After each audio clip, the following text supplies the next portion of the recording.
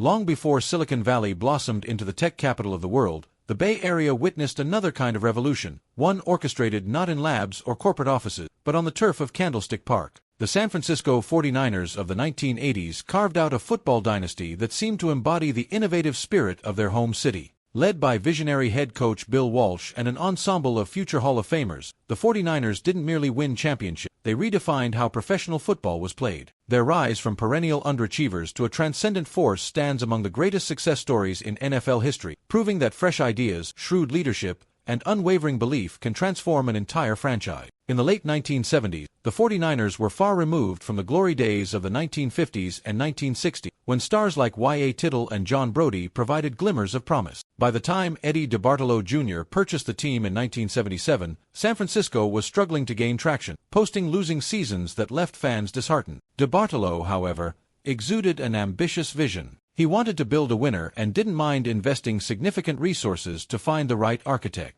In 1979, he hired Bill Walsh, a soft-spoken yet supremely confident offensive guru who had honed his craft under coaching legends like Paul Brown. Having sharpened his philosophy in the pass-friendly environment of the Cincinnati Bengals, Walsh arrived in San Francisco with a radical blueprint in hand. The West Coast offense, as it would come to be called, placed a premium on timing-based passing routes, short and accurate throws, and meticulous game planning. Rather than relying on brute-force running attacks and deep heaves downfield, Walsh believed in spreading the ball around, keeping defenses perpetually off balance with precise patterns and quick decision. At a time when much of the league adhered to more traditional methods, this approach seemed audacious. Critics questioned whether it could thrive against stout defenses or in adverse weather conditions. Walsh, however, was convinced that superior execution and intellectual rigor would win out, and he found the perfect quarterback to embody those traits in Joe Montana. Selected in the third round of the 1979 NFL Draft, Montana arrived at the 49ers overshadowed by bigger-name prospects. He had enjoyed a storied collegiate career at Notre Dame,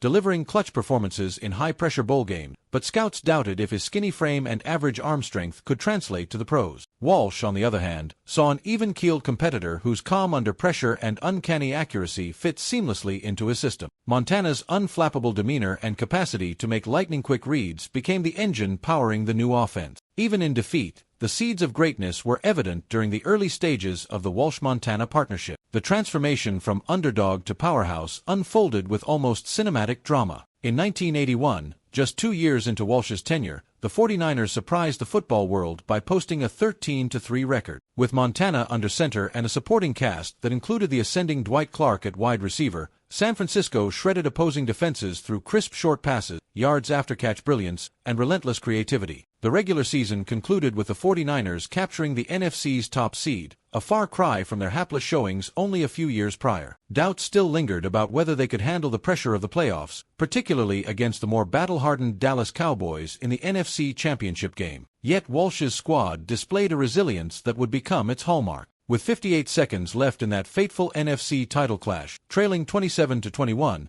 Montana guided the 49ers on one of the most legendary drives in postseason lore. Flushed out of the pocket near the goal line, he launched a high pass to the back of the end zone. Dwight Clark soared into the air, fingertips grazing the ball just enough to secure the catch, arguably the defining moment that ushered in San Francisco's dynasty. The 49ers prevailed 28-27, booking a trip to Super Bowl XVI. There, they toppled the Cincinnati Bengals, a team ironically built on many of the same principles Walsh had once helped establish. Suddenly, the 49ers were world champion, and an entire league took notice of the newly validated West Coast offense. That title ushered in a golden era. Over the course of the 1980s, the 49ers would seize 4 Super Bowl victories, thanks to a core group of transcendent players. On offense, Joe Montana's cool precision matured in tandem with the arrival of Jerry Rice, a wide receiver whose blend of route running, hands, and determination elevated him into many observers' greatest of all-time conversation. Rice, drafted in 1985 from little-known Mississippi Valley State, was an unconventional pick. Teams worried about his speed and the level of competition he had faced in college. Yet Walsh's scouts saw an athlete with obsessive work habits, intelligence, and a proven ability to explode after the catch. Rice quickly validated that faith, forging a telepathic connection with Montana that left defenses guessing about where the ball would go next. The offensive line, anchored by stalwarts like tackle Keith Fahnhorst and guard Randy Cross, provided the stability that allowed the short passing game to flourish. Running backs like Roger Craig added versatility, picking up yards on the ground or splitting out as dangerous receiving threats. Meanwhile, the 49ers' defense, often overshadowed by the headline-grabbing offense, developed into a formidable unit under the guidance of defensive coordinator George Seifert. Skilled pass rushers such as Fred Dean consistently tormented opposing quarterbacks, while Ronnie Lott patrolled the secondary as an intimidating enforcer with a penchant for game-altering hits and interception. The 1984 season stands as a testament to the squad's extraordinary synergy. San Francisco compiled an unprecedented 15-1 record, gliding through the playoffs and humiliating the Miami Dolphins 38-16 in Super Bowl 19. Montana earned the game's MVP honors, outdueling the prolific Dan Marino with an array of accurate throws and timely scrambles. By then, Bill Walsh's offensive philosophies were no longer a novelty. They had become the league's gold standard. Many teams scrambled to adopt elements of the West Coast blueprint, although few could replicate the 49ers' exact formula of elite talent and mental cohesion. For fans in the Bay Area, each season of the 1980s brought fresh reasons for anticipation. The 49ers established a culture of internal competition,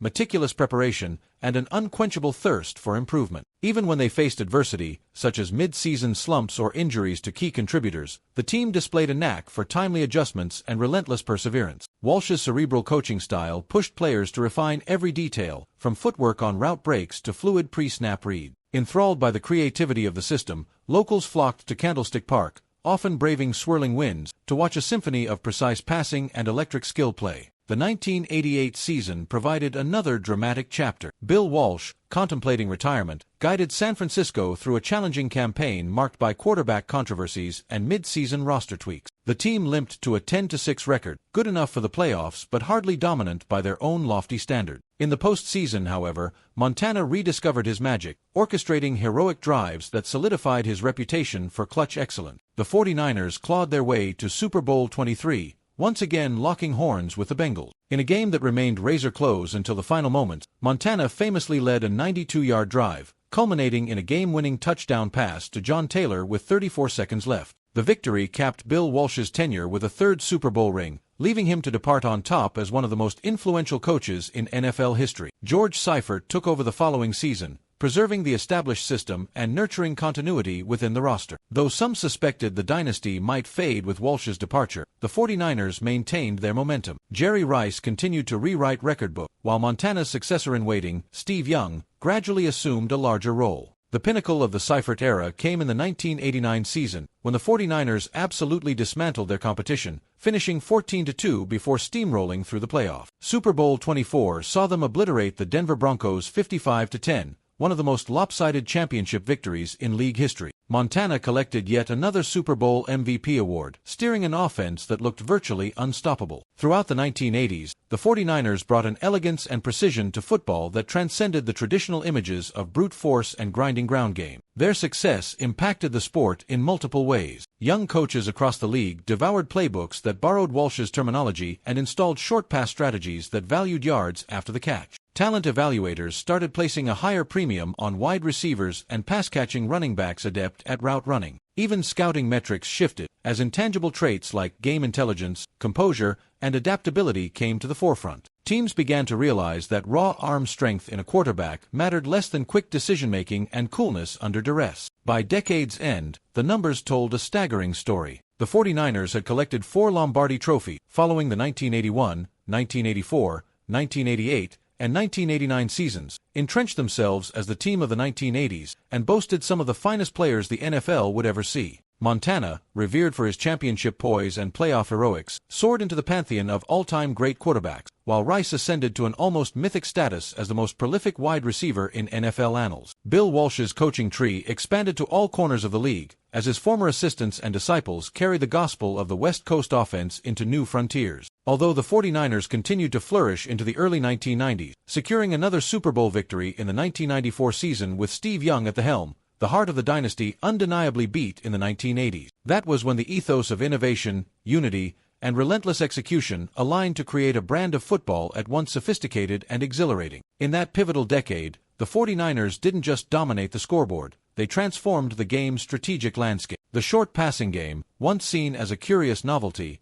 would become an essential part of modern offenses. Meanwhile, the franchise's focus on synergy and leadership became a model for sports organizations worldwide, not just in football. Even now, decades later, recollections of the 1980s 49ers spark awe among fans and analysts. Stories abound of Montana's last-minute comebacks, Rice's unguardable routes, and Walsh's fierce dedication to detail. Rival teams grudgingly acknowledge that, for a time, San Francisco seemed to float a step ahead of everyone else, both on the sideline and in the huddle. There was an almost graceful quality to the way the 49ers dissected defenses, as if they were an orchestra following a finely tuned score. That aesthetic panache, combined with their trophy haul, bestowed an enduring mystique. In the final analysis, the 49ers' 1980s dynasty remains a testament to how one visionary leader, supported by a forward-thinking owner and an adaptable roster, can rewrite the rules of competition. Beneath the glamour of the championship parades and confetti showers lay countless hours of film study, exhaustive rehearsals of routes and formation, and a fierce commitment to raising the bar every week. The level of consistent excellence they achieved set a standard for future generations, inspiring other coaches to push boundaries and players to chase perfection. For a city that prized innovation, these 49ers epitomized its spirit, bold, creative, and confident enough to believe they could reshape the world around them, one perfectly timed pass at a time.